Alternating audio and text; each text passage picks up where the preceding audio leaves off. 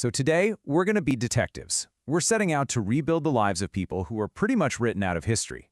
And we're not going to do it by looking at giant temples or royal tombs. No. We're going to explore the most intimate and revealing space of all, the ancient household. I mean, think about it for a second. Our history books are just packed with stories of kings and pharaohs and generals. But what about, everyone else? The farmers, the potters, the families, the 99%. Their stories feel like they're just lost to time. So where do you even start looking for clues?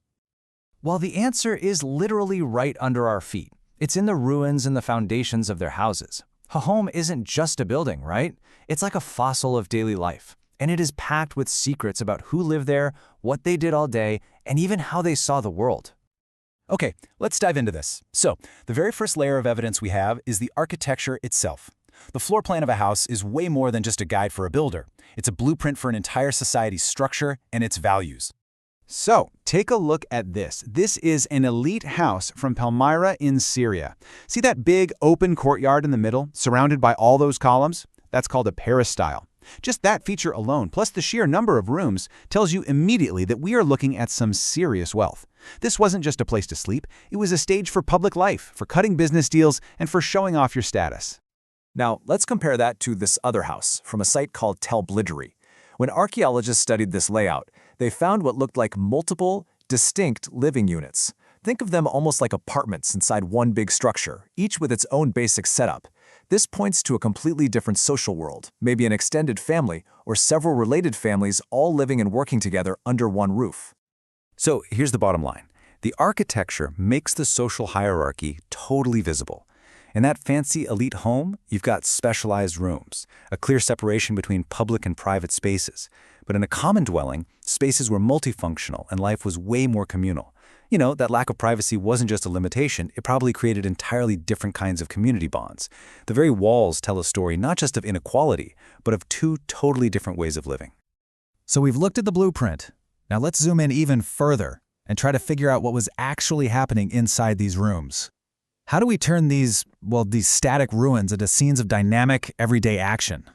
Well, archaeologists have this really powerful tool called activity area analysis. I know, it sounds a little complex, but the idea behind it is actually super simple. Where you find things tells you what people did there. It's basically forensic science for the past, dusting for the fingerprints of daily life. And this is what archaeologists often start with. To you and me, it might just look like a chaotic mess of broken pots and old tools. But to a trained eye, this is not just garbage. The exact location of every single piece is a vital clue. This dense scatter on a house floor in Tel-Blidri is literally a moment in time, frozen. And this is the incredible results. Based on that scatter of artifacts, we can reconstruct the whole scene. The types of pottery, the tools used for shaping clay, where they were all left on the floor, it all points to this very room being a workshop for making and using ceramics. We go from a pile of broken sherds to people living and working. And using this method, you can uncover a whole range of activities. You find kitchens, obviously, but also signs of craft production like bronze working. And get this, in some houses at Tel-Blidri, they actually found leftover animal fodder and droppings, proving that one room was used as an in-house barn. The ancient household was this bustling center of production, not just a place to eat and sleep. Okay, time for our final and closest zoom. We've gone from the city to the house to the room. So what can a single tiny little object tell us? Well, sometimes the smallest artifacts hold the biggest secrets. And that brings us to the cylinder seal. In the ancient Near East, one of the most common and important personal items wasn't a coin or a key. It was a small, carved stone cylinder like this one. And this little thing carried an incredible amount of social and economic power, way beyond its tiny size. So how in the world did it work? It was simple, really. You would roll the seal across a piece of wet clay, maybe on a tablet, a stopper for a jar, or even the clay lock on a door.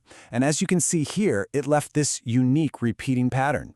This impression was your unforgeable signature, it was your personal brand, and it was a security system all rolled into one.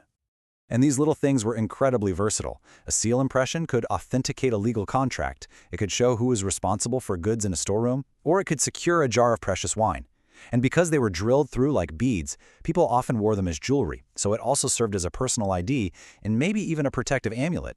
It was kind of like the Swiss Army knife of ancient administration and identity. So, let's pull back and put all of these clues together.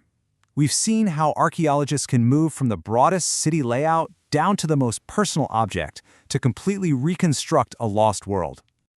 It's this really cool, systematic investigation, moving from the macro to the micro. You start with the big picture, the whole settlement.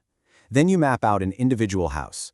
Then you use that activity area analysis to bring the rooms to life. And finally, you decode the meaning of the specific objects people were using every single day. But why does all this detective work really matter? Well, as one scholar puts it, it gives us a much more democratic view of the past. It shifts the spotlight away from that tiny group of kings and scribes and shines it on the lives of everyone else. It's how we write a history that actually includes, well, everybody. And that kind of leaves us with one final big question, doesn't it? If someone were to excavate your home 1,000 years from now, what conclusions would they draw about you? From its layout to the objects you've left behind, what story is your household telling?